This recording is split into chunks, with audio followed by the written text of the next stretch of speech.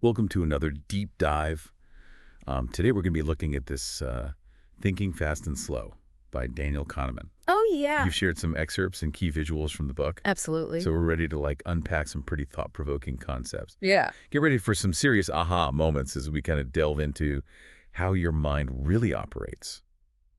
It's amazing how much we take our thinking for granted, isn't it? I mean, we just go about our days making decisions and judgments and reacting to situations, but we rarely stop to consider the actual machinery behind it all. That's so true, and Kahneman really pulls back the curtain with this idea of two systems of thinking. Yeah. I have to admit, when I first heard about this concept, it was a total game changer for how I view my own mind. Yeah. It's a very powerful framework. Not about literally having two separate brains, of course, Right. but more like two different modes of operation, two distinct ways that your mind processes information. Okay, so let's break it down. We've got system one and we've got system two. From what I understand, system one is kind of like our brain's autopilot, Yeah. fast, intuitive, always running in the background. Exactly. It's the system that allows you to recognize a familiar face in an instant or effortlessly read a road sign while you're driving. It's based on instinct, emotion, and learned associations. And it's incredibly efficient, allows us to navigate a complex world without having to consciously analyze every single detail. So system one is what helps us react quickly in potentially dangerous situations, like slamming on the brakes when a car cuts you off. Precisely. It's designed for survival. Yeah. But this same speed and efficiency can also lead to biases and errors in judgment. Oh, interesting. System 1 loves to jump to conclusions based on limited information, often prioritizing a coherent story over cold, hard facts. Okay, that makes sense. It's like our brains are wired for storytelling, even if that means filling in the blanks with assumptions and generalizations. Right. Kahneman talks about this in the book with the example of optical Yeah. illusions, right? Yes. That's a classic example of how System 1 can be tricked. Our brains are so accustomed to seeing patterns and making sense of visual information that they can be fooled by clever manipulations, even when our logical minds know better. It's almost like our brains prefer a good story to a boring truth. Yeah. So where does system two fit into all of this? System 2 is the more deliberate, analytical side of our thinking. Okay. It's the system that we engage when we're solving a complex math problem or planning a trip or trying to make a difficult decision. Gotcha. It's slower, requires conscious effort, Yeah. and relies on logic and reasoning. So it's kind of like the mental heavy lifter, the one we call upon when we need to think things through carefully. Exactly. System 2 is our inner skeptic, always questioning, analyzing, double-checking. Okay. But here's the catch. System 2 is also inherently lazy. Lazy. So it's like that friend who'd rather stay on the couch than go for a run. That's a perfect analogy. It takes mental effort to activate System 2, and our brains are wired to conserve energy whenever possible. Right. This means we often rely on System 1's quick judgments, even in situations where a little more deliberate thinking might be beneficial. So even though we have this incredible capacity for rational thought, we often default to our gut instincts and our emotional reactions. That's kind of humbling, isn't it? It is, but it's also empowering. Simply knowing about these two systems can help us become more aware of their influence in our daily lives. Yeah, I'm already starting to see how this plays out in my own life. Yeah. How many times have I made a snap judgment about someone based on their appearance or a first impression? Right? That's system one at work. And how often do I put off making difficult decisions because it requires too much mental effort? That's system two's laziness showing up. You're getting it. And this is just the beginning. As we delve deeper into Kahneman's work, we'll see just how profoundly these two systems shape our perceptions, our beliefs, and our choices. It's fascinating how these two systems interact. They're not always in opposition, Sometimes they work together, with System 1 offering quick impressions and System 2 stepping in for a closer look when needed. So it's not a constant tug of war, more like a complex dance between intuition and reason. That's a great way to put it. But the tricky part is that System 2 isn't always aware of what System 1 is up to. Oh, really? We might think we're making carefully considered decisions, when in reality, we're just rationalizing the gut feelings and snap judgments generated by System 1. Okay, that's a bit unsettling. So how can we tell when system one is calling the shots? Are there any telltale signs? One clue is the feeling of cognitive ease.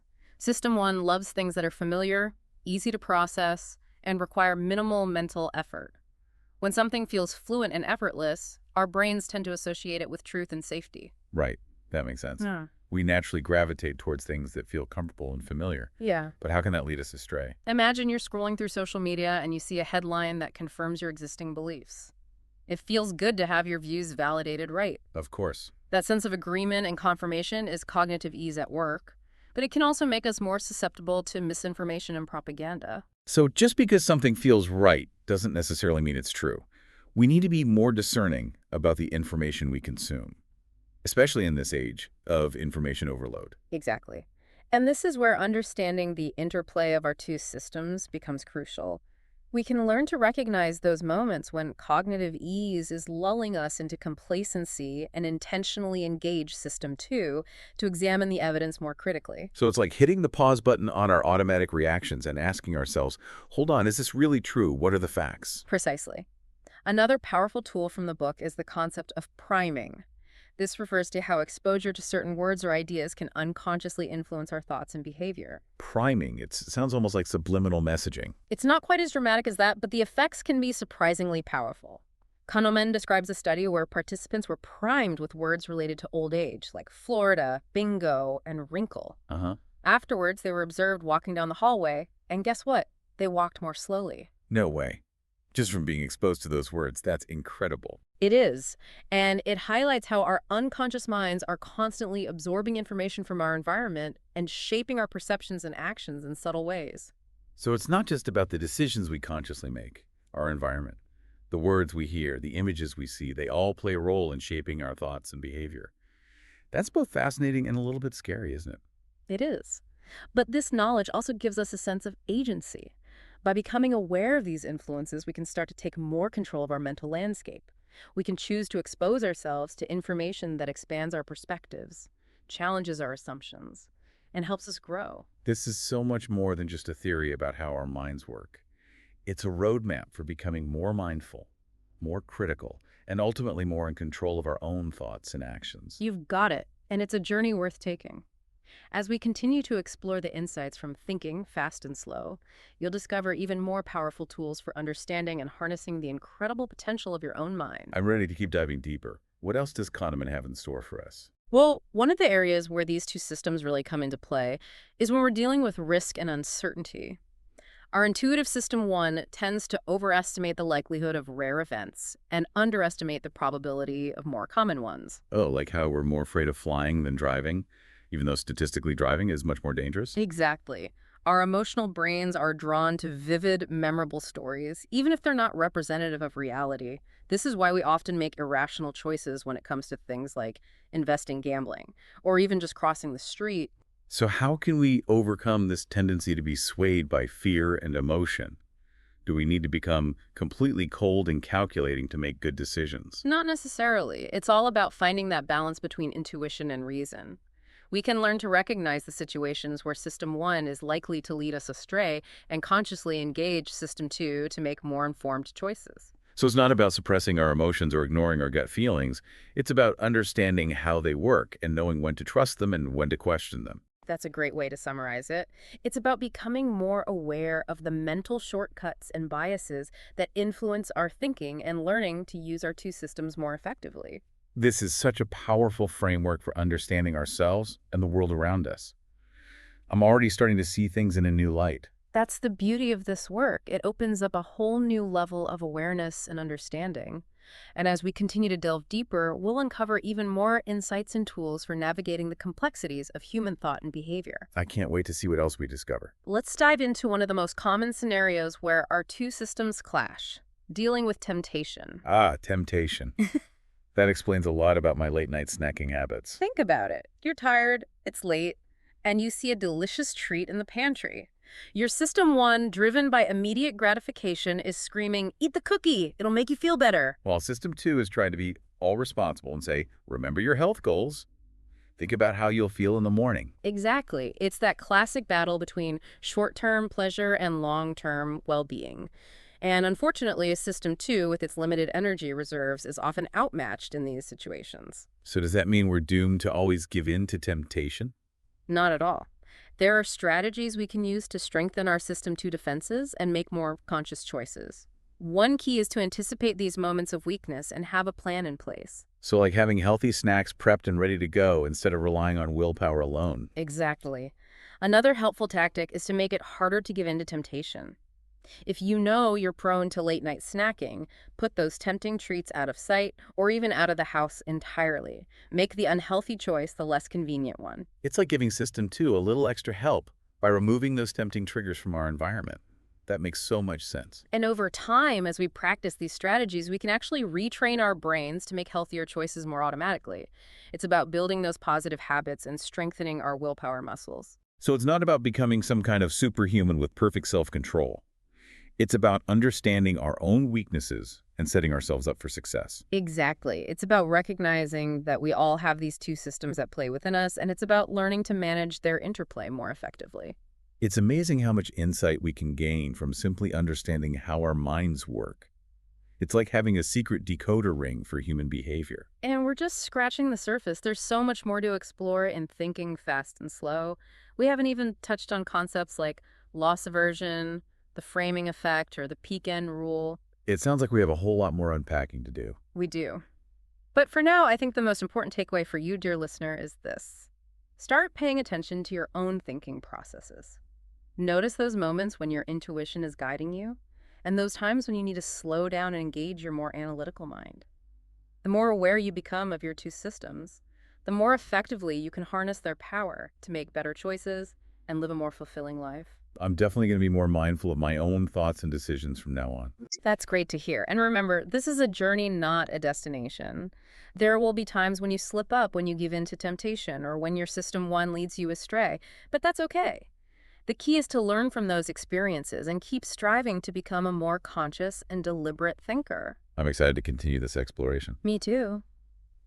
And who knows what other aha moments await us as we delve deeper into the fascinating world of thinking fast and slow. Wow, it's like we're peeling back the layers of our own minds, revealing all these hidden biases and mental shortcuts that like influence our decisions. I'm starting to realize just how much of our thinking happens below the surface of our awareness. It is a humbling realization, isn't it? We like to think of ourselves as rational beings. Right. But Kahneman's work shows us that we're far more influenced by our emotions, our intuitions, and the way information is presented to us than we might like to admit. So if we're not always in control of our thoughts and decisions, does that mean we're just puppets of our own minds? Not at all. Awareness is the first step towards taking back control. By understanding how our two systems work, we can start to recognize those moments when we're being swayed by bias or emotion and intentionally engage our more deliberate system too.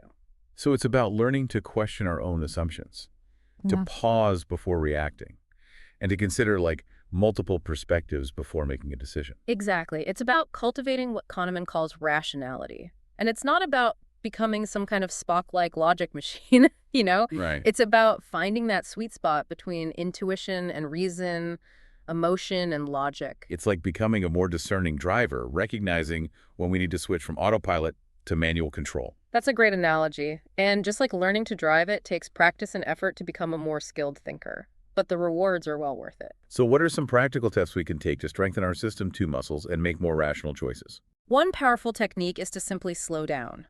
When we're faced with a decision, especially a complex or emotionally charged one, we need to resist the urge to react immediately. Give yourself time to gather information, consider different perspectives, and weigh the potential consequences. It's like taking a deep breath before diving into the pool instead of just jumping in head first. Exactly. Another helpful strategy is to seek out diverse viewpoints. Surround yourself with people who challenge your assumptions and offer different perspectives. This can help you break out of your own echo chamber and see the world through a wider lens. It's like having a team of mental advisors, each with their own unique insights and expertise. And don't be afraid to question the experts. Just because someone has a fancy title or a lot of letters after their name doesn't mean they're always right. Use your own critical thinking skills to evaluate the evidence and form your own conclusions. So it's about becoming more independent thinkers, more skeptical of easy answers, and more willing to embrace complexity and nuance. You've got it. And remember, this is a journey, not a destination. There will be times when you slip up, when your emotions get the better of you, or when you make a decision you later regret. But that's okay. The key is to learn from those experiences and keep striving to become a more mindful and deliberate thinker. This whole deep dive has been a real eye-opener. It's like I've been given a new set of lenses to see the world through. And I hope it's a set of lenses you'll continue to use. As you read more of Thinking Fast and Slow and explore other resources on cognitive psychology, you'll discover even more fascinating insights into the workings of your own mind. I'm excited to keep learning, and I know our listeners are eager to continue this journey of self-discovery as well. Absolutely. The more we understand about how our minds work, the more empowered we become to make better choices, navigate a complex world, and live more fulfilling lives. Well, thank you for guiding us through this deep dive. It's been an incredible journey. The pleasure was all mine. Keep those minds thinking, everyone. Welcome back, everybody, for another deep dive. Ah. This time we're tackling part 2 of Thinking Fast and Slow. Oh, yeah, this is where it gets good. Heuristics and biases. Yeah. The excerpts you sent in are really interesting. Yeah. Some really fascinating stuff. So to set the stage, let's just quickly recap Kahneman's idea of 2 systems of thinking. Yeah. You've got System 1. System 1 and System 2. That's the fast one. Right. Kind of intuitive automatic. Jumps to conclusions. Yeah. Or gut reactions. And then you've got System 2, Which is slower. more deliberate. Yeah, you really got to think about it. Needs more effort.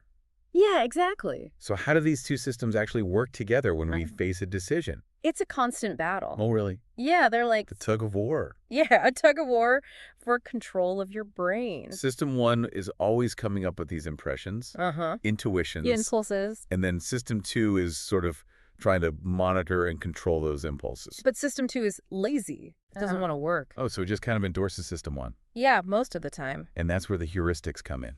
Exactly. There's mental shortcuts Yeah. that System 1 relies on. It's got to be efficient. Right. You can't think about everything all the time. Otherwise, you'd get bogged down. Yeah. So, like, for example, if I am Uh-huh. trying to decide what cereal to buy, Yeah. my System 1 might just go for the The one with the cool mascot? or the one with the jingle I remember from childhood. Yeah. You don't have time to read the nutritional label. Even though I haven't actually thought about, No. the price or the nutrition. But sometimes those heuristics work. They do. Yeah. They're good enough. But, as Kahneman points out, they can also lead to errors. Right. They're not perfect. And that's where the biases come in. That's the It's downside. like looking in a funhouse mirror, Yeah. it's distorted. Even though the mirror is doing its job, Right. it's just designed to distort. And a really good example of that is the anchoring effect. Anchoring effect. Have you ever noticed how the first piece of information Oh, yeah. just completely changes your thinking? It's like when you're negotiating something. Exactly. And the first offer, That's the tone. even if it's ridiculous. Even if it's totally crazy. Kahneman uses that example with the roulette wheel, Yeah. where participants A saw, random number. like a spun roulette wheel, And then and then they were asked to estimate the percentage. the percentage of African nations in the UN. Yeah. And even though the roulette wheel had nothing to do with that, Nothing at all. it still totally influenced their estimate. Yeah, it's amazing. It's like our minds get stuck on that first piece of information, It's like an anchor.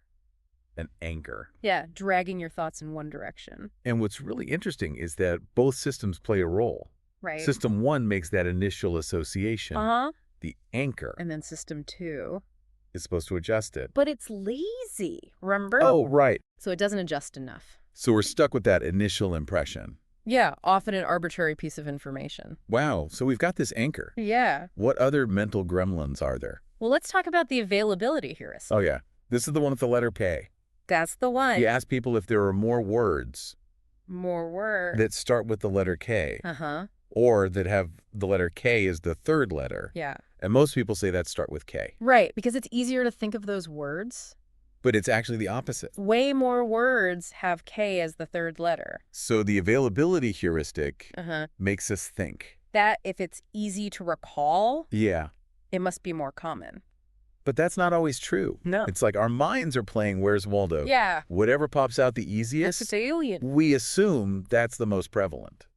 Even if it's not. And this can actually have a big impact on how we see risk. Yeah, like if you just saw a news report about a plane crash, you're more likely to be afraid of flying, Even though driving is statistically much more dangerous. it's like that image Yeah. just looms large. And vivid. Distorts our sense of what's actually likely. Exactly. So our past experiences really shape They really do. how we make judgments now Yeah. and the information we take in. Uh-huh. And that leads us to representativeness. Another heuristic, This is the one about, stereotypes. yeah, judging probabilities based on how much something resembles our I prototype. remember Kahneman talking about The Tom W. problem. the Tom W. problem, where you're given this description of a student, Uh-huh. and you have to guess what his major is. And most people. A guess computer science.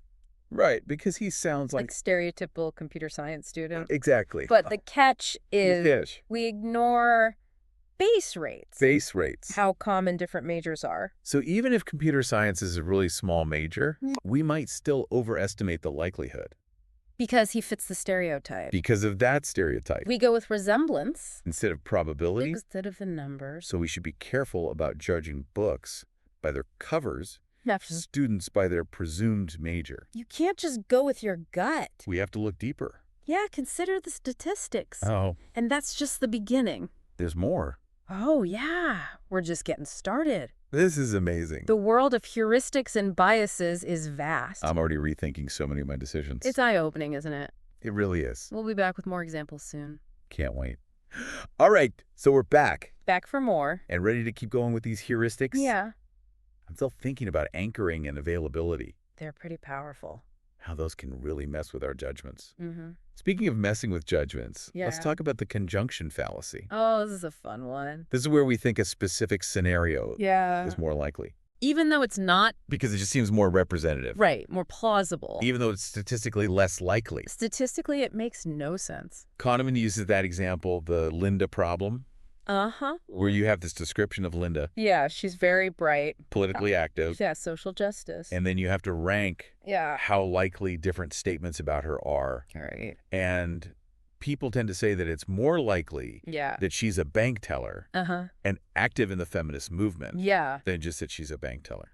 because it fits the story. It just feels right. Yeah. Even though statistically It's way less likely it makes no sense. to be both things. So we prioritize that story Yeah, the narrative. over the actual logic, We want it to make sense. even if it means breaking the rules of probability. We're good storytellers, We are. not always good statisticians. And this can have real consequences. Oh, yeah, definitely. Imagine you're looking at investments.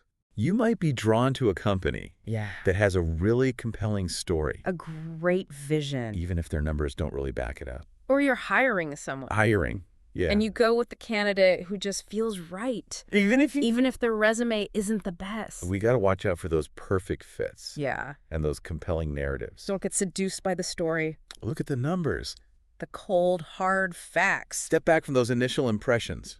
Use your system too. Okay, so. Speaking of biases that are hard to overcome, Oh boy. let's talk about loss aversion. This one I know I've experienced. We all have. It's just that feeling of Yeah. losing something, Mm. that pain of a loss. It's worse It's so much worse than the pleasure of a gain. than winning the same amount. Exactly.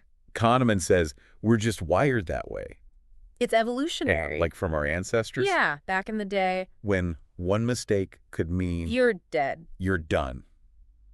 No more. Makes sense for survival. But how does that affect our decisions now? Well, think about it. Yeah. Let's say you have two investment options. Okay. Option A, Uh-huh. 50% chance of gaining $200, Okay.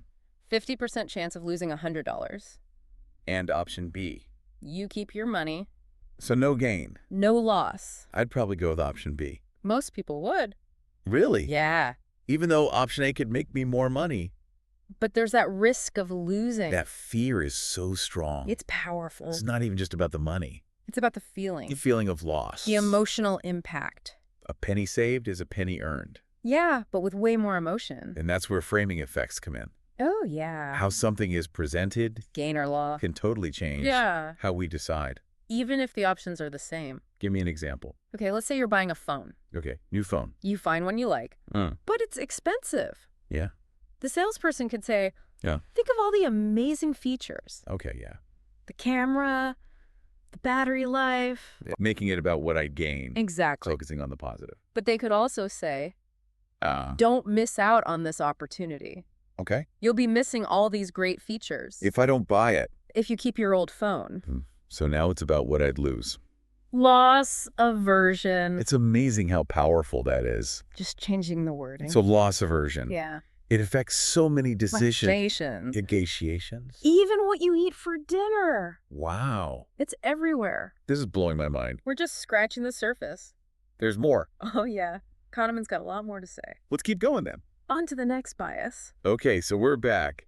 And I gotta say, this deep dive into thinking fast and slow is making me question everything.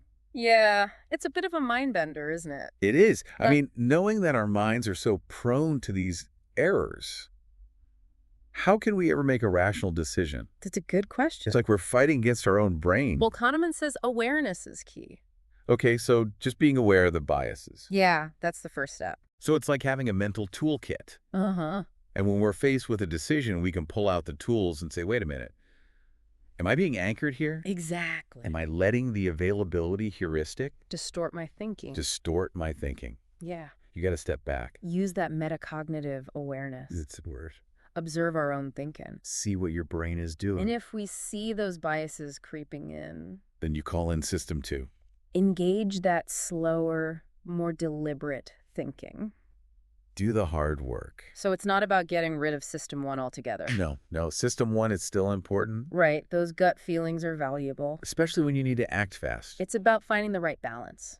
It's Knowing when to trust your gut and when to really think things through. like a conductor. A conductor. Yeah, you got to know when to let the different sections of the orchestra play. So we're learning to conduct our own minds. That's a great way to put it. Knowing when to let the intuition blare and when to bring in the more nuanced thinking. So this has been incredibly insightful, but before we wrap up, I have one more question. Oh, shoot. We've talked about how these heuristics can lead us astray. Uh-huh. Aren't there times when they're actually helpful? Definitely. They- They're they- efficient. They are. They help us navigate a complicated world. Imagine if we had to analyze every single decision. Oh, we'd be paralyzed. It'd be exhausting. We'd never get anything done. Sometimes you just got to go with your gut. Heuristics help us function. They're like mental shortcuts, Ex- saving you time and energy. But we just have to be aware of the downsides. Yeah. Know when to slow down and think things through. So thinking fast and slow isn't just about pointing out our flaws, No, it's about understanding how our minds work. the good and the bad, The whole package. and then using that knowledge to make better decisions, Exactly. Becoming more conscious thinkers, more deliberate. more in control. It's like we're getting a user manual for our brains. I like that. And by reading it carefully, we can become more skilled at using our mental tools. That's the goal. Well said. This has been an eye-opening deep dive. It has. I think our listeners are feeling the same way. I hope so. Time to step out of the funhouse mirror. And see the world more clearly. Make better decisions. More informed decisions. So on that note, we'll leave you to ponder these fascinating insights. Yeah, keep thinking about it. Stay curious, and until next time, may your decisions be a little bit wiser. And a lot more insightful. See you next time. All right, let's dive into something really fascinating today. It's all about overconfidence. Okay. Specifically, something that Daniel Kahneman calls the overconfidence bias. Interesting. We're going to be pulling from his book, Thinking Fast and Slow. Yeah, I've read that one. That's a good one. It's a great book. Yeah. And I've got an expert here with me to help us unpack some of these ideas. Happy to be here. So think of this deep dive as like your decoder ring for understanding how this bias is working in your own mind. Yeah. And maybe some ideas for how we can outsmart it a little bit. Right. You know, it's a sneaky one, this bias. It really is. It's like this hidden force that makes us think we're so much better and smarter and luckier than we actually are. It's like this little gremlin in the back of your head. Yeah. Whispering sweet little lies. Yeah. And I think we all experience it to some degree. We do. So let's break it down a little bit. Yeah. What's the difference between just being confident and being overconfident? Sure. So confidence, that's a good thing, right? Yeah. That's what helps us go after what we want in life. Right. But there's a fine line. It's Mm. like confidence, but turned up way too high when our beliefs about ourselves get a little inflated and a little disconnected from reality. So like that friend who's absolutely convinced they're going to win the lottery, Right. Or even though the odds are. or that coworker who just knows their project is going to be a smash hit, Yeah. even though everyone else is seeing some warning signs. Okay, yeah. I'm starting to see where this can be dangerous. Yeah. But what's the psychology behind it? Okay. Why do we fall into this trap of overconfidence? Well, Kahneman, he argues, a big part of it comes from what he calls the illusion of understanding. Interesting. And it makes sense we don't like uncertainty as humans. Right. We want to feel like things are in control. We crave that sense of control. Yeah. And so what happens is our brains try to create simple stories, Okay. even when we're dealing with really complex situations. Oh, so even if we only have a small piece of the puzzle, we sort of tell ourselves that we see the whole picture. Exactly. And what's even more interesting is we often completely ignore the pieces that we don't see. Oh. Kahneman has this great term for it, WYSIAD. What is that? It stands for what you see is all there is. Okay. Our brains get so fixated on the information right in front of us Right. that we completely forget about all the unknowns lurking out there. WISIAD. Uh-huh. I love that. It's a good one. I'm already seeing how that plays into overconfidence. Right. The more we think we understand something, Mm-hmm. the more likely we are to be overconfident in our decisions. For sure. And you know what's really fascinating? Huh? Overconfidence is actually linked to feeling good. Oh, now that's a twist. It is, isn't it? So how can feeling good make us overconfident? Well, when we feel confident, it means our system one thinking is in control. Okay. That's that fast, intuitive part of our brain Mm-hmm. that loves things to be simple and easy. And when system one is happy, it creates this feeling of what Kahneman calls cognitive ease. Uh-huh. And it feels good, right? So Mhm. naturally, we cling to those beliefs that give us that feeling, Oh. even if those beliefs might not be entirely accurate. So in a way, we're sort of rewarding ourselves for being overconfident, Exactly. which then makes it harder to challenge our own assumptions. It's a vicious cycle. It really is. You feel good when you're confident, Yeah. and that makes you even more confident, even if that confidence isn't really justified. This has given me a lot to think about. Yeah. I'm starting to see how this can really trip us up. It's a sneaky one. But is there ever a situation where overconfidence is actually a good thing? That's a great question. Yeah. It's one that Kahneman actually grapples with in the book. Okay. He points out that overconfidence can be a really powerful force, Mm-hmm. especially when it comes to things like entrepreneurship. Oh, so how does that work? Well, think about what it takes to start a business. Yeah. It's super risky. You're pouring your heart and soul and often a lot of money Yeah. into an idea that might not even work out. And statistically, most new businesses fail. Right. So why would anyone put themselves through that? That's the thing. Entrepreneurs often have this incredible, Yeah. almost irrational belief in themselves and their ideas. Uh-huh. They overestimate their chances of success, Okay. and they underestimate the chances of things going wrong. Right. Kahneman actually calls this overconfidence the engine of capitalism. Wow. It's interesting, isn't it? So their overconfidence is actually what gives them the courage to take those risks, Yeah, it's that unshakable belief in their vision right? that helps them overcome obstacles, Uh-huh. convince investors, Okay. and inspire their teams. I can see that. Now, it doesn't guarantee success. Of course. Plenty of overconfident entrepreneurs do fail, Right. but that optimism can be a really crucial ingredient for those who do succeed. It's fascinating how this one bias can be both a blessing and a curse, It really is. depending on the situation. Right. But let's shift gears a little bit. Yeah. How can we spot overconfidence in others? Sure. Are there any telltale signs? Absolutely. One of the biggest giveaways is what psychologists call optimism bias. Okay. That's where someone consistently downplays risks, then overestimates their own abilities. Mhm. They're always convinced things will go their way, Yeah. even when logic might suggest otherwise. So that friend who always says, I got this, even when they're clearly in over their head. Exactly. Yeah. Another red flag is when someone just refuses to consider other viewpoints. Mm-hmm. They might dismiss valid concern, Mm-hmm. brush off feedback, Right. or blame external factors when things go wrong. So it's like they have blinders on. Yeah, they just can't or won't see anything that challenges their overly positive view of themselves and their decisions. And one of the most dangerous consequences of this Yeah. is that they might not be able to learn from their mistakes. Ah. They don't even recognize their own errors. Oh, they never really improve or adjust their approach. Right. It's a self-sabotaging cycle. Yeah, it is. This is really insightful stuff. I'm glad you're enjoying it. I am. But let's turn the lens inward for a moment. Okay. How can we combat overconfidence in our own thinking? Right. We've all got to be susceptible to this bias, right? We are all human after all. Yeah. So what can we do? One of the most powerful tools is something Kahneman calls a pre-mortem. A pre-mortem. Yeah. That sounds intense. It's actually a pretty simple exercise, Okay. but it can be incredibly effective. All right. So how do we do it? So imagine you're about to start a new project Uh, or make a big decision. okay. Now, instead of focusing on all the reasons why it will be successful, Yeah. take a moment to imagine that a year from now, Uh-huh. the project has completely failed. Oh, It's a total disaster. okay. Then get your team together Yeah. and brainstorm all the possible reasons why this might have happened. So it's like a post-mortem. Yeah. But we're doing it before the project even starts. Exactly. Okay. By forcing ourselves to confront that possibility of failure. Okay. We actually engage our system to thinking. Uh-huh. That's the slower, more analytical part of our brain Right. that can help us see potential problems that we might otherwise miss. Okay. I can see how that would be helpful. Right. We're thinking through those worst-case scenarios.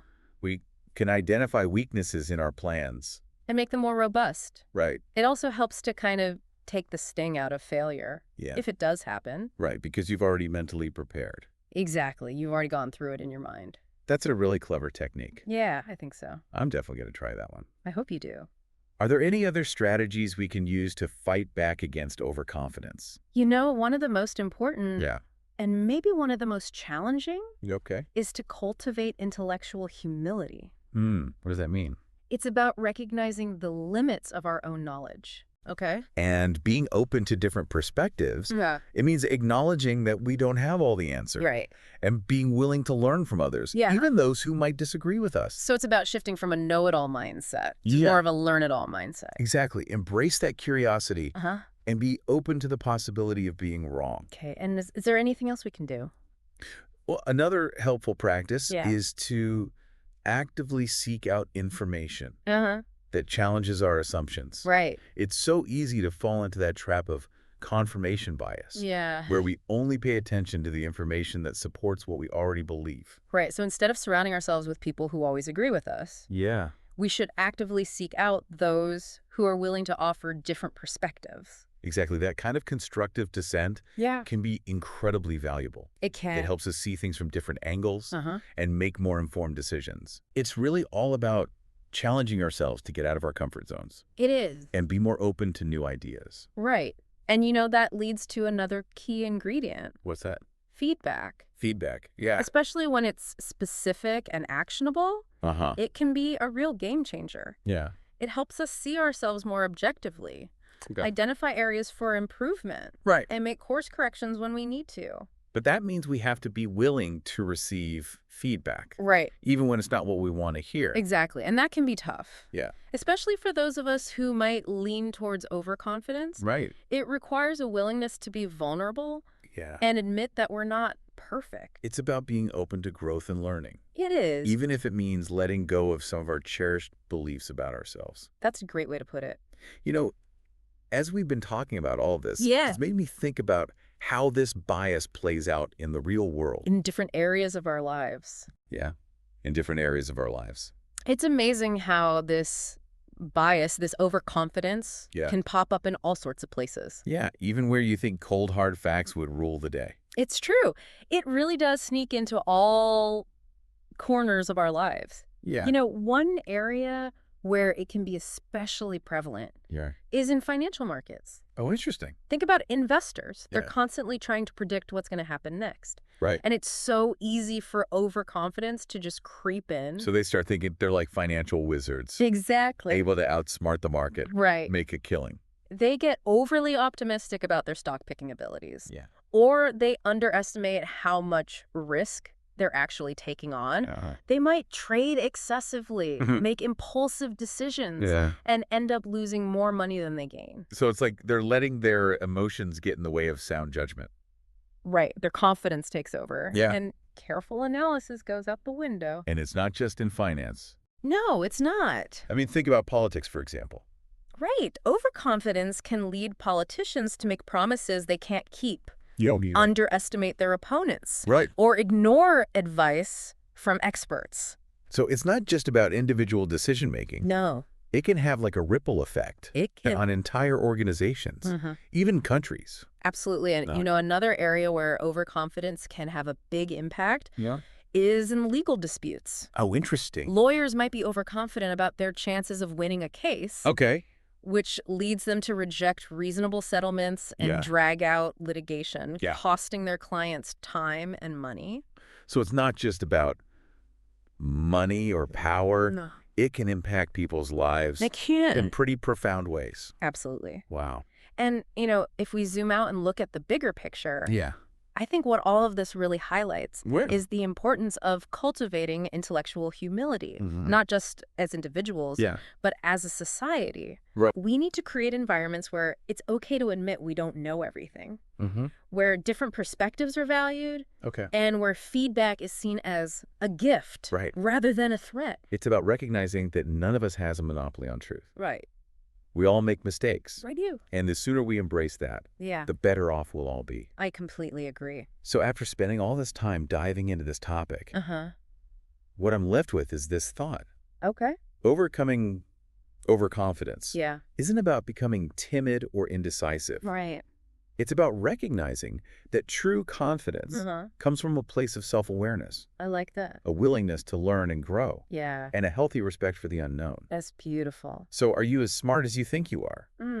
Hopefully, this deep dive has given you the tools and the insights to start exploring that question It's a good question. with a little more awareness Yeah. and a lot more humility. Recognizing our own biases Yeah. is the first step to overcoming them. And who knows? Yeah. Maybe by acknowledging our own limitations, It's possible. we can create a world where bold action is tempered by wisdom Right. and where true confidence shines even brighter. I love that thought. Yeah, it can be a double-edged sword for sure. Right. But let's shift gears a bit. Okay. How do we spot overconfidence in others? Yeah. Are there any telltale signs? Absolutely. Okay. One of the biggest giveaways is what psychologists call optimism bias. Okay. What is that? It's where someone consistently downplays risks Mm-hmm. and overestimates their own abilities. Right. Right. Always convinced things will go their way, Yeah. even when all logic points to the contrary. Okay. So like that friend who always says, I got this, even when they're clearly in over their head. Exactly. Okay. Yeah. Yeah. I know that person.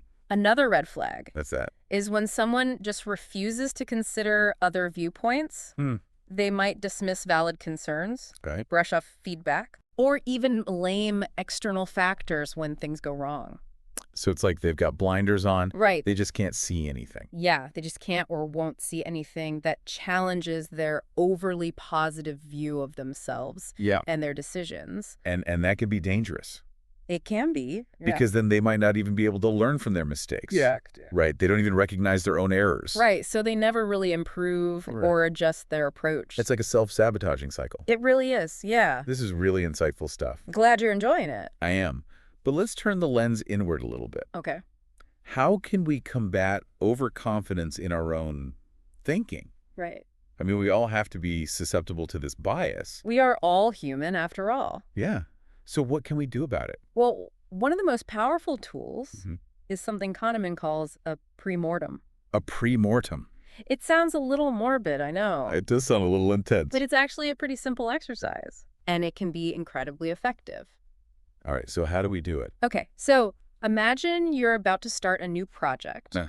or make a big decision. Okay. Now, instead of focusing on all the reasons why it will be successful, Yeah. take a moment to imagine that a year from now, Okay. the project has completely failed. Right. It's a total disaster. Okay. Then get your team together Uh-huh. and brainstorm all the possible reasons why this might have happened. So it's like a post-mortem, Yeah, but we're doing it before the project even starts. exactly. You're getting ahead of the game. That's interesting. So by forcing ourselves to confront that possibility of failure, Uh-huh. we actually engage our system 2 thinking. Right. That slower, more analytical part of our brain. Exactly. That can help us see the problems we might miss. Right, all the potential pitfalls. I can see how that would be helpful. Yeah, Thinking through the worst-case scenarios yeah. and then identifying the weaknesses in our plan. And making them more robust. Exactly. It also helps to kind of take the sting out of failure. Right. If it does happen. Because you've already kind of mentally prepared for it. You've already gone through it in your mind. That's a really clever technique. Yeah,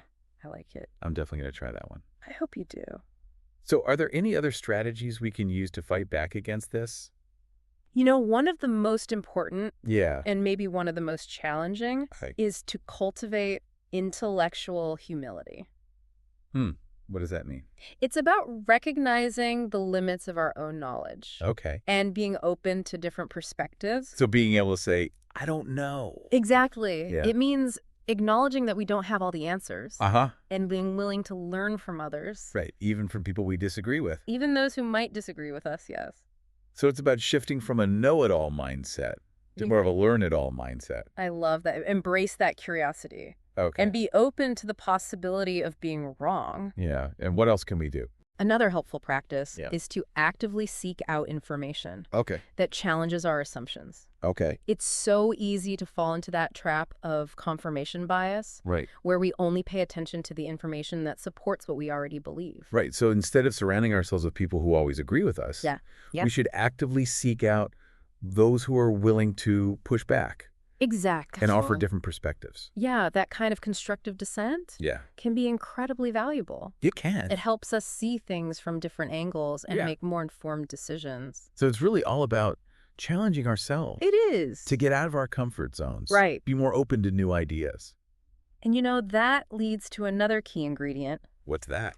feedback. Feedback. Yeah. Especially when it's specific and actionable, Uh-huh. that can be a real game changer. It can. And sometimes it can be hard to hear, It can be tough. Yeah. but it can help us identify the areas where we can improve. Exactly. It helps us see ourselves more objectively. Okay. Identify areas for improvement. Right. And make course corrections when we need to. But that means we have to be willing to actually hear it. You got to be open to it. Yeah, even when it's not what we want to hear. Exactly. And that can be tough. Yeah, we can. Especially for those of us who might lean towards overconfidence. Right. It requires a willingness to be vulnerable Uh-huh. and admit that we're not perfect. It's about being open to growth and learning, It is. even if it means letting go of some of our cherished beliefs about ourselves. That's a great way to put it. You know, as we've been talking about all this, Yeah. it's really got me thinking about how this plays out in real life. In different areas of our lives. Yeah, in different areas of our lives. Yeah. It's amazing how this overconfidence pops up everywhere. Right. Even when you think cold, hard facts would rule. It's true. Yeah, you see it in all corners of life. Hmm. One area it's really common Yeah. is financial markets. Oh, interesting. Think about investors. They're always trying to predict what's going to happen. Right. Easy for overconfidence to sneak in. So they think they can outsmart the market, Yeah, they think they're financial wizards. make a killing. They get too optimistic about their stock ticks or they underestimate the risk. Right. And they might trade too much, make impulsive decisions. Oh, so they lose money. Yeah, they end up losing more than they gain. That's like their emotions get in the way Right. Their confidence takes over. of good judgment. And careful analysis goes out the window. And it's not just in finance, though, right? No, it's not. It pops up in politics, too. Oh, yeah. Overconfidence leads politicians to make promises they can't keep, Oh, yeah, all the time. underestimate their opponents, or ignore advice from experts. So it's not just individuals. No, This affects whole organizations. it does. In countries. Absolutely. And another area it shows up, Where's that? legal disputes. Oh, interesting. Lawyers can be overconfident about winning, so they reject reasonable settlements, Yeah. drag out the case, costing everyone time and money. So this isn't just about money or power. It's not. It affects people's lives. It does in some really big ways. Wow. So if we zoom out and look at the big picture, Yeah. what does this all tell us? I think it highlights how important intellectual humility is, Right. not just for us personally, Yeah. but for society as a whole. Okay. We need to make it okay to say, I don't know. Yeah. Value different viewpoints. Right. See feedback as a gift, not a threat. Yeah. So we all need to realize that none of us has all the answers. Right. We all make mistakes. We do. The sooner we get that, the better off we'll all be. Couldn't agree more. So after all this time with overconfidence, Yeah. the big takeaway for me Okay. is that overcoming it isn't about being timid Right. or indecisive. Not at all. It's about recognizing that true confidence Yeah. comes from self-awareness, That's a good one. willingness to learn and grow, Yeah. and respect for what we don't know. Beautifully put. So are you as smart as you think you are? That's the question, isn't it? Hopefully this deep dive is giving you some tools to start exploring that, With a little more awareness, and a lot more humility. recognizing our biases is the first step to overcoming them. And who knows, maybe by realizing our own limitations, Yeah. we can create a world with bold action But also wisdom. and where true confidence shines even brighter. I love that thought. Welcome to our deep dive today. We're going to be taking a look at Thinking Fast and Slow by Daniel Kahneman. Oh, yeah, a classic. It's a book that, it really gets into how our minds work, like why we make the decisions we do, all that stuff. I think what's really interesting about it is it kind of reveals all these hidden influences that shape our thoughts Right. and our actions, and we don't even realize, right? Like, we're not even aware of all these mental shortcuts. Like running in the background. Yeah, yeah. And these biases that affect the choices we make. But Kahneman, he sheds light on it in such Yeah. a brilliant way. So one of the core ideas, right, is this concept of the two systems of thinking. Yeah, System 1 and System 2. right. Almost like, a mental odd couple Absolutely. working together inside our heads. So we've got system 1, which is that fast, intuitive one, right? Yeah. Driven by emotion. Automatic responses, always running in the background, making those snap judgments. Yeah. Like gut feelings. Think of it as your mental autopilot. So, Great for quick decisions, yeah. but not so great when things get a bit more complex. And then there's system 2, the more deliberate, logical one. Yeah. Should be in charge, really. Right. But I think we can all relate to it being a little lazy sometimes. Oh, absolutely. Yeah, System 2, Yeah. our inner voice of reason, Right. but it can be slow to engage. Yeah. And Kahneman's point is that, like, understanding how these two systems interact is key to making better decisions. Yeah. It's knowing when to trust your gut and when to, slow down Mhm. and actually analyze things properly. That's so true. I'm already starting to see this play out in my own life. Like, those times when I just react instinctively to something. Yeah. Maybe, I've misinterpreted the situation. Uh-huh. That's system 1, right? Totally. And then those times when I really have to concentrate, like, solving a tricky problem at work, something like that. That's when system 2 finally decides to show up. That's it. It's fascinating, isn't it? They've both got their strengths and weaknesses, right? Yeah. System 1, fast, efficient, Uh-huh. but prone to, those biases that we were talking about. System 2, rational, but, requires effort, Yeah. easily distracted. I think the key is learning how to leverage the strengths Right. of each system, Hmm. but also recognizing, their limitations as well. Now, Kahneman uses some really interesting examples He does. to show how System 1 can kind of trip us up, right, with those mental shortcuts. Yeah. And there's one about a bat and ball Oh, yeah. that always gets me. The classic bat and ball problem, it's a perfect illustration of how our intuition can sometimes lead us astray. Yeah. So it goes like this, right? A bat and a ball cost $1.10 together. Okay. The bat cost $1 more than the ball. So how much does the ball cost? See, it seems so obvious, right? Most people just blurt out 10 cents. Right. But then you stop and actually do the math. And you realize the ball actually costs 5 cents. Ex- You see, our system 1, it loves to jump to conclusions. Right. But this tendency goes way beyond simple math problems. Think about first impressions, for example. Oh, yeah? System 1's making judgments about people, like in milliseconds, Wow. based on, appearance, body language, all that sort of stuff. Yeah. Sometimes those snap judgments, they can be accurate, Yeah. but they can also be riddled with, unconscious biases. It makes you wonder how much they're influencing, how we interact with people, and we don't even realize it. Right. It's like system 1 is making decisions for us before we even have a chance to really think things through. Exactly. And it's not just first impressions, right? Think about the way marketing tactics leverage system 1. Oh, yeah. Catchy slogans, vivid imagery, emotional appeals. Uh-huh. They're all playing on those intuitive responses, often influencing our buying decisions Right. before we even have a chance to engage that more rational system 2. It makes you a little unnerved, doesn't it? It does. Like we're being manipulated by our own minds. Yeah. It makes you want to give System 2 a serious pep talk. Right. Get it a bit more involved. Yeah, but remember, system 2 is inherently lazy. Yeah. It takes conscious effort to engage that analytical part of our minds. And honestly, most of us would rather avoid the, mental strain. I know, it's like trying to remember someone's name and it's right there on the tip of your tongue, Yeah. but your brain just refuses to cooperate. Exactly. And then, of course, hours later, when you're doing something completely unrelated, Yeah. bam, Yeah. System 2 decides to show up with the answer. Completely useless at that point. Absolutely. System 2 is notorious for being late to the party. Right. But all jokes aside, this tendency for system 2 to be lazy, it has real-world consequences. When we rely too heavily on system 1, especially for those important decisions, we become more susceptible to all sorts of cognitive biases. Right.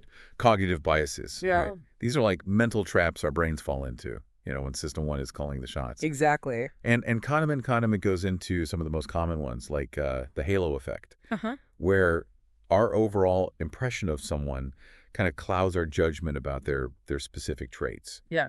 Or the availability bias, Yeah. where we overestimate the likelihood of events just because they're easy to recall, Right. stuff like that. And then there's confirmation bias, Oh, yeah. a really powerful one. This Yeah. is our tendency to favor information that just confirms our existing beliefs. Right. Even if that information is unreliable or biased itself. We see this all the time, don't we? Oh. Yeah. People gravitating toward news sources, Yeah. opinions that just reinforce their worldview. Yeah, it's like we're seeking out evidence to support our conclusions rather than genuinely trying to understand different perspectives, Right. I'm definitely guilty of that sometimes. We all are. Makes you realize how important it is to be aware of these biases and really, challenge your own assumptions. But just knowing about them, it's not enough, is it? It's not. It's a great question. Like, how do we actually start to overcome these mental pitfalls? It's something we'll dive into more in part 2. Yeah. But first, let's explore another fascinating cognitive bias that Kahneman highlights: Yeah. loss aversion. Okay, loss aversion. Yeah. Sounds intriguing. Mhm. Tell me more. What is it? Why should we care? So loss aversion is this principle that the pain of losing something is psychologically more powerful than the pleasure of gaining something of equal value. Okay. In other words, the sting of a loss. Yeah. It's felt more intensely than the joy of a win. I can definitely relate to that. I think most people would rather avoid losing $100 than gaining $100. Right. It just feels worse. Exactly. And this has huge implications for, how we make decisions, especially when it comes to things like financial risk. Loss aversion can actually explain why people might hold on to losing investments for too long, Oh, interesting. even when it's clear they should sell, right? Yeah. Because they're so focused on avoiding the pain of realizing that loss that they miss out on potential gains elsewhere. So our fear of loss is actually keeping us stuck. It can, yeah. That's a powerful thought. Makes you wonder how many of our decisions are driven by fear rather than logic. It does. Have you ever noticed loss aversion influencing your choices? Oh, absolutely. I remember when I was first starting out as an investor, I was so afraid of losing money that I played it incredibly safe. Right. Looking back now, I realize I missed out on some great opportunities for growth because I was letting loss aversion hold me back. So it sounds like understanding this is crucial for financial decisions, It is. but I'm guessing it probably affects us in other areas of life as well. Oh, absolutely. It can play a role in relationships, career choices, even simple everyday decisions, No. The key takeaway here is that our emotional responses to potential losses, they can be really strong, disproportionately so. And it's important to be aware of how this bias might be shaping our choices. It's almost like we need to learn to separate those emotional reactions from the logical side of things. We do. Easier said than done, though, right? It is. But before we go too deep into that, let's move on to another fascinating concept from Kahneman's book, framing effects. Ah, yes, framing effects. This is where things get really mind-bending. Okay. So Kahneman shows how the way choices are presented to us or framed, it can dramatically influence our decisions, even if the underlying options are objectively the same. I'm having trouble wrapping my head around that one. Can you give me an example? Okay, sure. So imagine there's a disease outbreak, Okay. expected to kill, say, 600 people. Okay. You're presented with 2 programs to combat the disease. Program A, 200 people will be saved. Okay. Program B, there's a 1/3 probability that 600 people will be saved and a 2/3 probability that no one will be saved. So program A, it's a guaranteed outcome, It is. while B involves more risk. Exactly. And studies show that when presented with these options, most people go for program A. Right. It feels safer, more certain. But here's where the framing effect comes in. Okay. I have a feeling there's a twist. Now, imagine the same scenario, but the programs are framed differently. Program C, 400 people will die. Okay. Program D, there's a 1/3 probability that no one will die and a 2/3 probability that 600 people will die. Wait a minute. Yeah. A and C are actually the same, They are? just worded differently. Yes, And B and D are also the same, just framed in terms of losses instead of gains. precisely. But here's the fascinating part. When the options are framed in terms of losses like C and D, Yeah. most people choose program D. They're suddenly more willing to gamble to avoid the certain loss of 400 lives, even though the potential outcomes are identical to A and B. So you're telling me our aversion to loss is so strong, it can make us choose a riskier option It can. just because of how the information is presented. Yes. That's incredible. It really highlights the power of perspective. It does, and Kahneman argues that these framing effects, they're all around us, Oh, I bet. affecting everything from how we, evaluate political candidates Right. to how we make healthcare decisions. Now that you mention it, I'm starting to see them everywhere. Like the way a sale is advertised, the wording of a political poll, Yeah. even the menu at a restaurant. It's like they're all designed to nudge us towards a particular choice. Exactly. Being aware of these framing effects, though, can be incredibly empowering. It helps us to, see past the surface, Right. make more objective choices, rather than just being swayed by, subtle manipulations. Okay, so we've covered a lot of ground here. The two systems of thinking, We have. cognitive biases, Mm-hmm. like confirmation bias and loss aversion. Uh-huh. And now these mind-bending framing effects. Yeah. Clearly, Kahneman's book is packed with insights about, how our minds work. Absolutely. But how do we actually use this knowledge Yeah. to make better decisions in everyday life? That's the key question, isn't it? Yeah. We can learn about these mental shortcuts and these biases, but how do we actually apply this knowledge to become, more effective decision makers? That's what we'll explore further in part 2 of our deep dive. Okay, I'm looking forward to it. Welcome back to our deep dives into Daniel Kahneman's Thinking Fast and Slow. Yeah, it's good to be back. Last time we were talking about all those cognitive biases and how they can really mess with our decision making. Yeah, exactly. But, it's one thing to read about these biases and have those aha moments. Right. But it's a whole other thing to actually, change those thinking patterns. It is. So where do we even begin with that? Well, Kahneman really emphasizes that just being aware of these biases is a crucial first step. Okay. It's like shining a light, on those mental shortcuts Right. that we often use unconsciously. It's like having a mental alarm bell that goes off It is, yeah. whenever you're about to, make a snap judgment or fall prey to one of those common biases. Exactly. And you can say to yourself, hold on a second. Let's think this through a bit more carefully. Exactly. And he suggests developing strategies to kind of slow down our thinking Okay. in those crucial moments. So, for example, when you're making an important decision, try creating a checklist Okay. of key factors to consider. This forces your system to engage and analyze the situation, a bit more thoroughly. That makes sense. It's like creating a structure It is. to kind of guide our thinking Yeah. and prevent us from just jumping to conclusions based on, gut feelings alone. Another tactic is to seek out diverse perspectives. Oh, So, actively challenge your own assumptions right. by talking to people who might have different viewpoints. Oh, yeah. Like getting a second opinion. Exactly. Yeah. It forces us to consider angles we might have overlooked. Now, we talked about our system, too, being inherently lazy. Yes. So it sounds like we need to make it as easy as possible for it to kind of kick in. We do. Like creating structure, routines, Yeah, absolutely. clear decision-making frameworks. Having those clear frameworks in place. Yeah, to nudge our rational minds into action. It's like creating a mental gym Oh, I like that. for our system too. Right. Helping it to, to get in shape and be more active. Now, let's talk about some specific techniques for overcoming those individual biases. Okay. We were talking about loss aversion earlier. We were, yeah. And, one way to kind of combat its influence, I guess, is to reframe our perspective.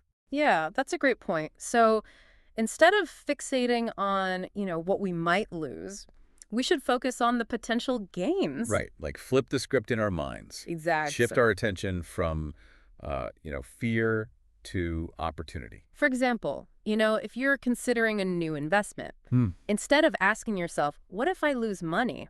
And ask, what could I gain if this goes well? That's a good one. What about confirmation bias? Confirmation bias. So with confirmation bias, it's crucial to actively seek out information that challenges those existing beliefs. Right, right. So instead of just reading those, those news sources that reinforce our worldview, we should actually try exposing ourselves to opposing viewpoints. I know it can feel a bit uncomfortable at first. It can, but it's so important. It's essential for, broadening our understanding and avoiding that, echo chamber effect. Yeah, it's so easy to get stuck in our own little bubbles, isn't it? It is. It is. Surrounded by people who, think the same way we do. Yeah.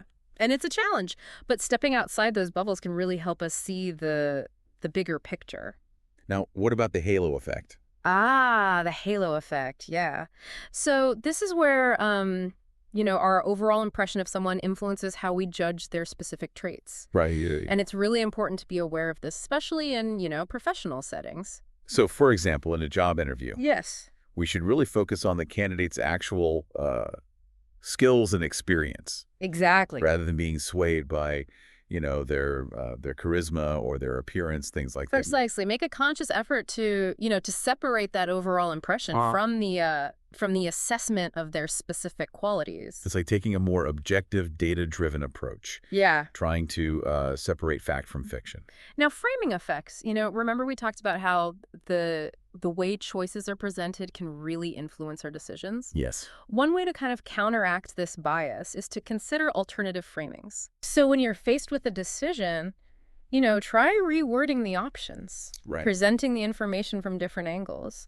You might reveal, hidden aspects that you haven't considered before. So you're saying, like, take the information, Yeah, turn it inside out, exactly. look at it from all those different angles, Yeah. and see if your initial reaction changes. Exactly. By actively reframing that situation, Uh-huh.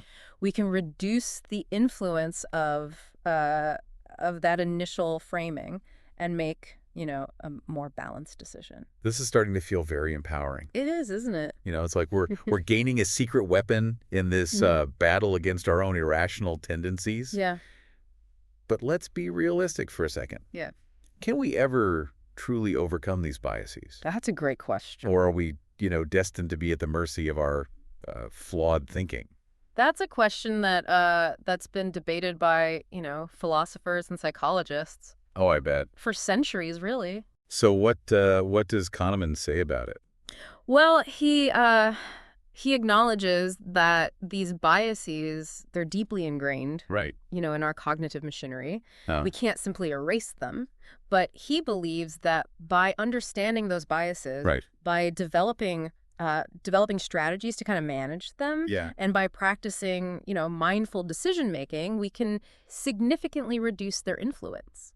It's like learning to drive a car, Right. right? Yeah. At first, it feels really overwhelming, and Right. you're making all these mistakes. You are. But with practice and awareness, Yeah. eventually you develop that sense of mastery Uh-huh. and control. You do. You still need to be alert. Right. You still need to be cautious. Absolutely. But you're no longer just at the mercy of the road. That's an excellent analogy. The journey to becoming a more rational thinker, it's ongoing. It is. It requires effort, vigilance, a willingness to acknowledge those limitations. But the rewards, they're immense. By understanding our minds better, we can make more conscious, intentional and ultimately fulfilling choices. So it's not about like becoming these perfectly rational robots. No. It's about striving for greater awareness and control over those thinking processes. Exactly. And that's something we can all work towards, Yeah. regardless of our starting point. Kahneman's work really gives us like a roadmap It does. to navigate that really complex landscape of our minds. It's a journey of self-discovery Yeah. that really empowers us to, to make better choices, both in our personal lives and in the wider world. This has been so insightful. Yeah. I'm already like starting to see the world differently, Good. and I feel much more equipped to make better decisions. So what's next? That's a good question. What other gems of wisdom can we uncover in Kahneman's work? Welcome back to the deep dive, where we've been, really digging into Thinking Fast and Slow Yeah, it's been great. by Daniel Kahneman. And we've been talking about all these cognitive biases and how they can really like sneakily influence our decisions. They really do. It's amazing how subtle they can be. Yeah. And what I find so compelling about Kahneman's work is that, like, he takes these kind of complex psychological concepts Hmm.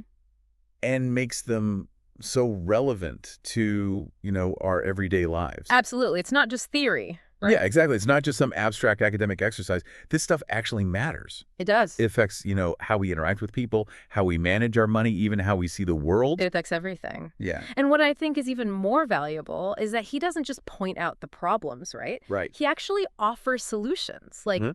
by understanding these biases, we can start to develop those strategies to kind of mitigate their influence. Yeah, and we've already talked about some of those strategies, like, slowing down our thinking, seeking out different perspectives, trying to reframe our outlook on things. Absolutely. But is there anything else we could do to, like, become more aware of these biases in the moment, That's the key, right? when they're actually happening? It is. Well, one of the most powerful tools Kahneman suggests is what he calls thinking about thinking, Okay. which is a form of metacognition. It's basically being aware of your own thought processes. So, like, taking a step back Yeah.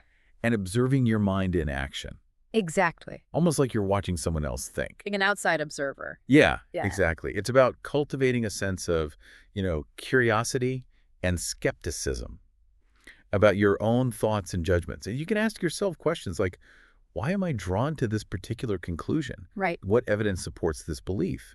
And, by asking those questions, we actually engage system two. Give it a chance to evaluate the situation, more critically. So it's almost like you're having this mental debate with yourself. You are. Yeah. You're presenting the case for and against a particular decision. Exactly. And hopefully through that process, you can arrive at a more reasoned and balanced outcome. It's a much better approach than just blindly following your gut. Now I'm guessing, like any skill, this takes practice. It does, yeah. The more we engage in that thinking about thinking, the better we get at it. The better we get at recognizing those moments where, a bias might be creeping in. It's like you're building a muscle, right? It is. The more you exercise that awareness, the stronger it becomes. And the benefits of this increased awareness, they go beyond just making, smarter decisions. It can also make us more understanding Oh, interesting. and empathetic toward others. That's a great point. If we can recognize that we're all susceptible to these biases, it helps us to be more compassionate, right? It does. When other people make decisions that maybe we don't agree with. It's a good reminder that we're all, navigating this complex world Yeah. with imperfect minds. Yeah. So instead of judging others for their choices, we can try to understand, Yeah. what biases might be at play. It's like thinking fast and slow is not just about, becoming smarter Right. or avoiding mistakes. It's about more than that. It's also about becoming more self-aware, more compassionate, Absolutely. and ultimately, more connected to our shared humanity. That's a beautiful way to put it. Kahneman's work really does provide us with this powerful framework for, for understanding not just our own minds, but the minds of others as well.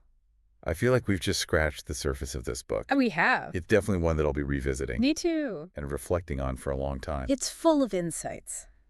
So much to think about. It is. Well, this has been an incredible deep dive into the world of thinking fast and slow. We hope you've enjoyed the journey and that you'll continue to explore, the fascinating landscape of your own mind. Until next time, happy thinking. All right, everybody, welcome back. It's time for another deep dive. I'm excited for this one. This one is a big one. Yeah, we're tackling Kahneman today. Thinking fast and slow. Huge book. Yeah, it's a beast, right? I mean, anyone out there who has read it or tried to tackle it, lots to unpack. Dense. Very dense. Lots of great information. So many insights. So we're not going to even try to do the whole thing justice in our deep dive today, but we figured we got to pick a couple key parts, and we're going to focus on Chapter 5. Yeah. And the conclusion, 5 is a good one. Chapter 5 is really juicy, lots of great stuff in there. Yeah. And then the conclusion, I feel like, brings a lot of the key ideas together. It does. So anyone out there listening who's read the book, feel free to follow along with us. Absolutely. And if you haven't read it yet, hopefully this will give you a little taste. Well, teaser, maybe entice you to pick it up. Yeah, maybe tempt you. Yeah. Yeah. So, Chapter 5, Cognitive Ease, right? This is where Kahneman really starts to unpack how much our brains are kind of wired to take the easy way out. Yeah, our brains are lazy. Lazy brain. They are. They love a shortcut. I mean, and we can't blame them, right? I mean, there's so much information coming at us all the time. It's Our overwhelming. poor little brains Yeah. just trying to keep up. Trying to conserve energy, Yeah, which yeah. is why they Yeah. look for what's familiar, what Yeah. feels fluent, right? What's easy to process. And this is where things can get a little tricky, right? Yeah. Because just because something feels easy doesn't mean it's true, Exactly. right? Or accurate. This is where System 1 really takes over. Yeah, he gives that great example in chapter 5, that study where they, Oh, I love that one. where they just showed people a word like over and over again and A made-up word. made up a word. Just nonsense. And then later, They asked him, like, is this a real word? yeah, and People are like, yeah, sure. yeah, I think I've heard that word before. I've seen that before. It must mean something. It feels true, Yeah, right? That's the whole thing. Like, what feels easy feels true. and it's scary, right? It is. Because I mean, how much of what we believe is just based on that. based on that? Just repetition, familiarity. Yeah, just because we've heard it a bunch, or Seen it before. or it rhymes, or it, Right. I Exactly. think It's you to remember. like a catchy slogan. Yeah, Think about marketing. marketing, all that stuff. All those jingles. Yeah, oh my gosh, stuck in your head for days. Yeah, but it works, right? It worked. Because of this principle of cognitive ease. So we got to be savvy consumers, right? And thinkers. Savvy thinkers. Yeah. And this is where I think. And this is where Go ahead. understanding those two systems, Yeah. right? System 1, System 2 really comes into play. So for anybody who hasn't gotten to this part of the book or hasn't read it, can you just give us a little recap on System 1 versus System 2? Sure. So System 1, think of it as your Quick, intuitive system. your gut reaction, Your gut reaction. your first impression. Jumps to conclusions. Yeah. Very emotional. Yeah, the one that's like, Doesn't like to think too hard. yeah, I don't want to think too hard. Yeah, just give me the easy answer. Give me the shortcut. Shortcut, exactly. And then System 2. That's the more effortful. Yeah, that's the one you have to, drag kicking and screaming sometimes. Yeah, the one you got to like bribe with coffee Exactly. to get it to actually To work. get it to do its job. This is the more analytical, Yeah, the more rational, rational, deliberative. the one that can actually, step back and say, wait a minute, Wait, hold on. Let's analyze this. let's think this through. Is this really true? Is this Yeah. really true? Do we have all the information? Do we need more information? Yeah, but the problem is it's lazy. It is. It's slow. It's lazy.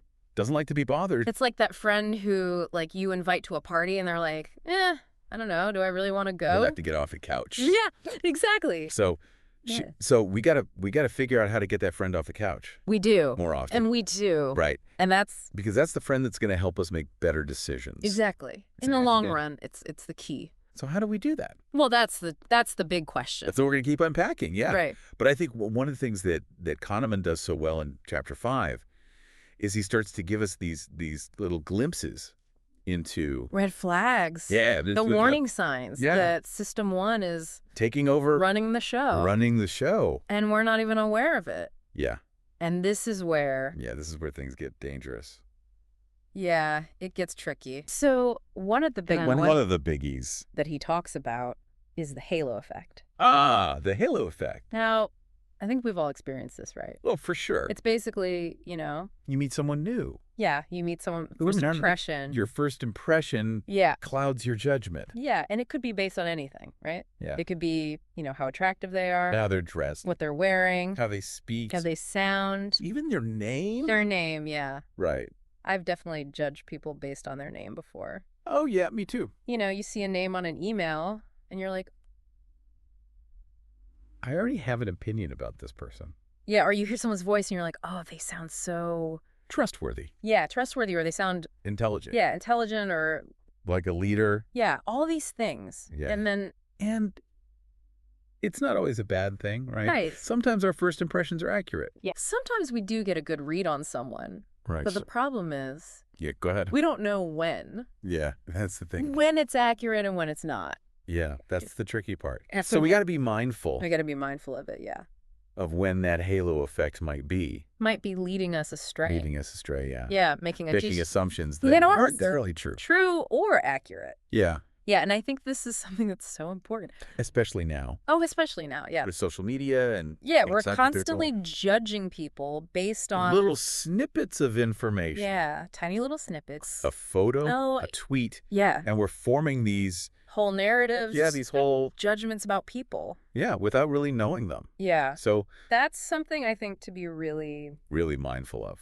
really mindful of. Yeah. Especially, as we move into the world we live in today. Yeah, this world where we're just constantly bombarded with information and opinions and images, and it's so easy to just kind of get swept away in that. And jump to conclusions. Yeah. Make those snap judgments. yeah, So being aware of the halo effect, yeah, it's the part of good first step the first step. Yeah, towards being more mindful, more discerning. more discerning, and I think that's really what Kahneman It's is trying to teach us. trying to teach us in this book. Is like It's like it's like a user manual for your brain. yeah, exactly. Like, here's how it works. Here are the quirks, Here are the glitches. Here are the things to watch out for. the biases, the shortcuts. Yeah, and now that you know, Now that you know, you can start to what can smart yourself. outsmart your own brain Yeah. a little bit. A little bit at least. Right. Not all the time, but at least sometimes. Not all the time, but sometimes you can catch ourselves. So we're not just running on autopilot all the time. Exactly. Yeah, That's the goal. that's the goal. All right, so we've talked about cognitive ease. We've talked about the halo effect. Two biggies. Two biggies in Chapter 5. Now let's... There's more in chapter 5, but Yeah, there's so much more. We're just giving you a little taste. a little snippet. But let's jump ahead to the conclusion now, because I think this is where Kahneman really starts to tie everything together. And Yeah, some give us some tools. practical advice. Yeah, some practical advice for how to...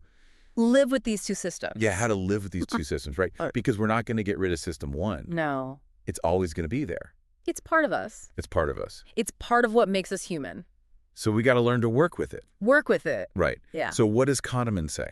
Well, he uses this great metaphor. Oh, the elephant and the rider, right? The elephant and the rider. I love that. Yeah. So imagine system 1. Is the elephant This is this big, powerful elephant kind of lumbering along, lumbering along, going where it wants to go. driven by emotion. Intuition. Just wants to eat and sleep and avoid danger. and avoid danger. Yeah. And then system 2 Is the rider trying to control this elephant. Yeah, perch precariously on top. Yeah, with limited control, Yeah. right? Yeah. I mean, it's a Yeah. powerful image. It is, and it really captures Yeah. this The struggle dynamic Yeah. that's going on inside our heads all the time. all the time. Yeah. And I think what Kahneman is saying is like, the rider can't just force the elephant to go where it wants to go. No, you gotta It's got to kind of coax it, coax it. Yeah. nudge it in the right direction. Yeah. And understand Clear. the elephant's motivations. Yeah. Why is the elephant going this way? What's Yeah. motivating it? Yeah, what's driving it? And how can I work with that? Yeah. And how can I use that Instead of to my advantage? yeah, instead of just Fighting against it. fighting a losing battle. Yeah, exactly. Right. Which is often what we do. Yeah, we try. We try to just like white knuckle it and Yeah, just force to ourselves. force ourselves to be rational. And Yeah. and it's exhausting. It is. It's depleting. It's depleting. And it usually doesn't work. doesn't work very well, right? Yeah. So this idea of like understanding our elephant. Understanding our system 1, Yeah. learning to work with it Learning to work with it. is really key. Yeah. And I think that's what the conclusion is all about. Yeah. It's like, okay, now that we know this, How do we actually apply it how do we actually apply it in our lives? in our lives? Yeah. To make better decisions. Yeah. How do we make better choices Yeah. about everything? About everything from, what we buy, What we eat, what we eat, who we date, who we date, how we spend our money, how we invest, how we invest, how we spend our time. how we spend our time. all of it. All of it, yeah. It's all affected by these two systems. So So let's yeah. dive into yeah, let's dive into some of those specific examples. specific examples and Strategies. strategies that Kahneman gives us. Yeah, because he gives us... He gives us some good ones. He does. He gives us some really good ones. Yeah. He does. He gives us some really practical advice, yeah. So what's one that really stands out to you? I think one of the most powerful ones, and maybe one of the more, like, counterintuitive ones, is this idea of premortem thinking. Premortem thinking. Yeah, have you heard of this? I have. Yeah, it's kind of a morbid sounding. It sounds a little dark, right? Yeah, a little bit. But it's actually brilliant. It's like planning your own funeral, but for a decision. Well, not exactly, but it does involve thinking about failure, Okay. which is something we don't like to do. No, we like to think about all the reasons why things are going to go great. Right. We're optimistic. We're going to succeed. Yeah, we're going to crush it. We're going to be amazing. But Kahneman says, take a moment Take a step back. to imagine that you've already made the decision Okay. and it's failed. Okay. So I'm making a big investment. Right. Let's say you invest in a new business venture. Okay. Fast forward a year, Uh-oh. it's tanked. It's all gone. You've lost all your money. Okay, I don't like where this is going. I know, it's uncomfortable, right? Yeah. But that's the point. By Okay. forcing yourself to think about what could go wrong, You're kind of... you're engaging system 2. Yeah. You're activating that analytical part of your brain, Okay. and you're asking, okay, what blind spots might I have? Yeah. What factors am I not considering? What assumptions am I making that might not be true? Exactly. Okay, so it's like It's like playing devil's advocate Yeah. with yourself. with your own decision. Yeah, before you even make it. I like that. So it's like, okay, let's assume for a moment that this is going to fail. Right. Why? Why would it fail? What could happen? Yeah, what are the potential pitfalls? What are the things I'm not seeing right now? Yeah. Because I'm so excited about this idea or this opportunity or whatever. Right, you're blinded by the optimism, the excitement. Man. But if you can take a step back Yeah. and really think The about downsides. the downsides, Yeah. the potential risks, You might make a different decision. you might, or you might just make a more informed decision. Right. You might still decide to go ahead with it.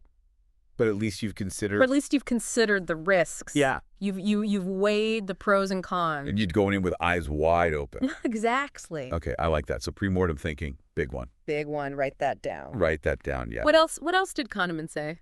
So he also talks about, Boo, this is another good one. yeah, paying attention to how easy a decision feels. Yes. Right. So this goes back to cognitive ease. It does, yeah. If something feels really effortless. Yeah, like it's just obvious. Yeah, like, oh, this is the right answer. Yeah, this is a no-brainer. No brainer, gotta do it. This is a slam dunk. Red flag. Red flag. That's system 1. System 1, talking. Talking, yeah. And sometimes it's right. Sometimes. But sometimes But a lot of times. it's not. Yeah, especially when it comes to big decisions. Right. So if you're about to make a big investment, Or a big purchase. yeah, or a career change or, A life decision. yeah, and it just feels really easy. Too easy. Too easy. That's when you want to, Pump the brakes. yeah, slow down. Slow down. And engage system 2. Get that rider. Like, get the writer involved. Yeah. Say, hey, writer, I know you're tired, I know you don't want to do this. but we need you. We need you on this one. Yeah. Okay, so it's like, if it feels too good to be true, It probably is.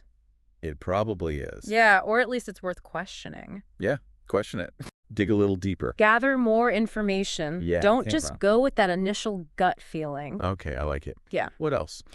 So this one's a little bit related, but he also talks about the importance of being aware of your emotional state Oh, yeah, that's huge. when you're making decisions. Yeah, like don't go grocery shopping when you're hungry. Exactly. Or don't buy a car when you're feeling impulsive. Yes, those are classic examples. Yeah. Right. Because when we're in a heightened emotional state, Right. whether it's, excitement, anger, even just a really good mood. Wait, even a good mood. Yeah, even a good mood can be tricky. I thought happiness was supposed to be a good thing.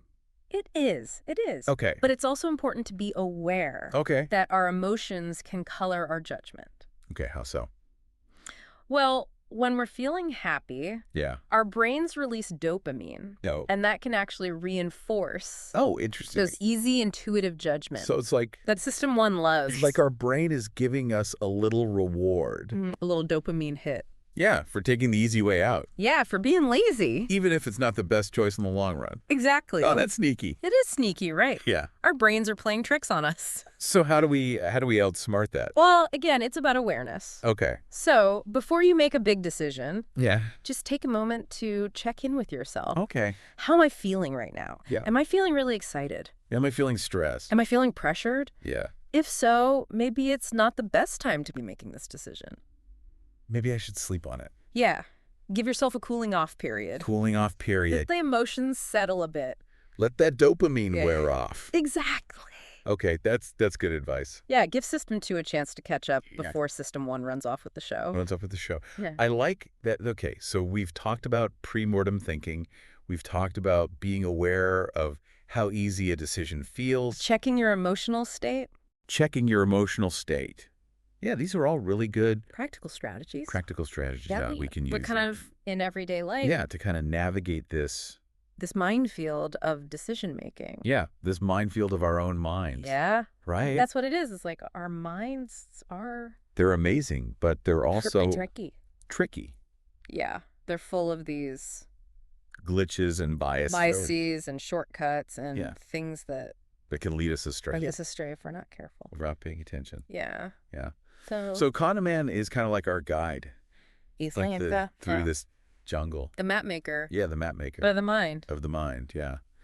Giving us a heads up Yeah. on all the traps. the traps and the pitfalls Yeah. so we can avoid them So we can make our way through. or at least be aware of them Yeah. And navigate them more effectively. more effectively. Yeah. Yeah. I like that. Okay, so we're getting towards the end of part 2 here. All right. But I want to leave people with something to think about Okay. as we head into part 3. A little cliffhanger. A little cliffhanger, yeah. Okay. So, knowing what we know now Yeah. about System 1 and System 2, About cognitive ease.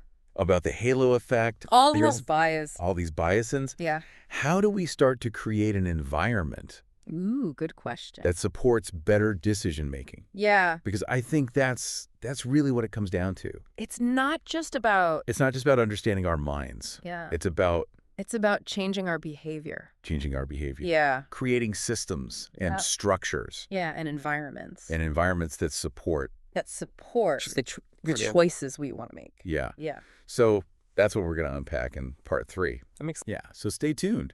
Welcome back, everyone. It's part 3 of our deep dive, and we're getting into the nitty-gritty of putting all this knowledge about our tricky brains to work. Right, because just knowing about these biases isn't enough. It's like reading a diet book and then still eating all the cake. Exactly. We got to take action. So how do we actually create an environment, a system that helps us make those better choices? Well, one thing Kahneman talks about is how we can actually design our surroundings to make it easier for System 2 to take the reins. You mean like rearranging the furniture in our minds? In a way, yeah. Think about it like this. You walk into a grocery store starving. Oh, bad idea. Right. What happens? That shopping cart is full of junk food before I even hit the produce aisle. Exactly. Because your System 1 is screaming, feed me, sugar, now. And my poor System 2 is too weak to resist. So what if you anticipate that? Eat a healthy snack before you go shopping. So you're basically setting yourself up for success by managing your environment. Right. Another example, scheduling important meetings for when you're most alert. Oh, so not first thing Monday morning for me. Maybe not. If you know you do your best thinking after that second cup of coffee. It's like hacking your own brain's schedule. Exactly. You're working with your natural rhythms, your peak cognitive times, to create a system that supports good decisions. I like it. So it's not just about willpower, it's about strategy. Absolutely.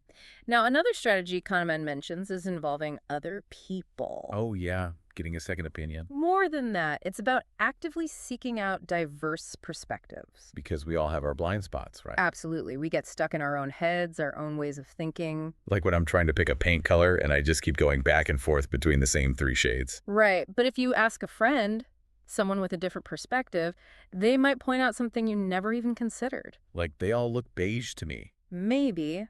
But the point is, that outside perspective can shake things up, help you see things in a new light. And that can lead to a much better decision in the end.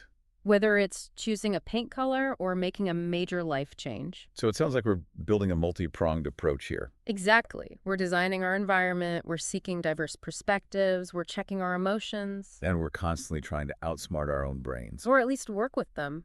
Remember, Kahneman says it's not about being perfectly rational, it's about understanding our limitations.